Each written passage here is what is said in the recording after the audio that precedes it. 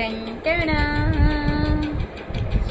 অনেক দিন ধরে নেল পালিশ পরবো টাইম আর বার করতে পারছি না। তো আজকে আমি ঠিক করেছি আমি নেল পালিশ পরবই। তো এই কটা কালার আমি পছন্দ করে বার করে নিয়েছি, আরও আছে, ওগুলো মোটামুটি পরা হয়ে গেছে।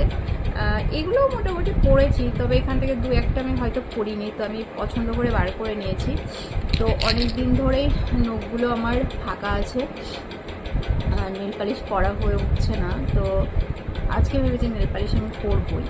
তো নখ বড় করেছিলাম, এই হাতেও একটু নখ বড় করেছিলাম, মানে খুব বড় না, হালকা। তো আজকে দুপুরে বাইরে গেছিলাম, বাইরে থেকে এসে দেখি কি এই মিডিলের নখটা আমার গেছে ভেঙে, কেমন রাগটা লাগে।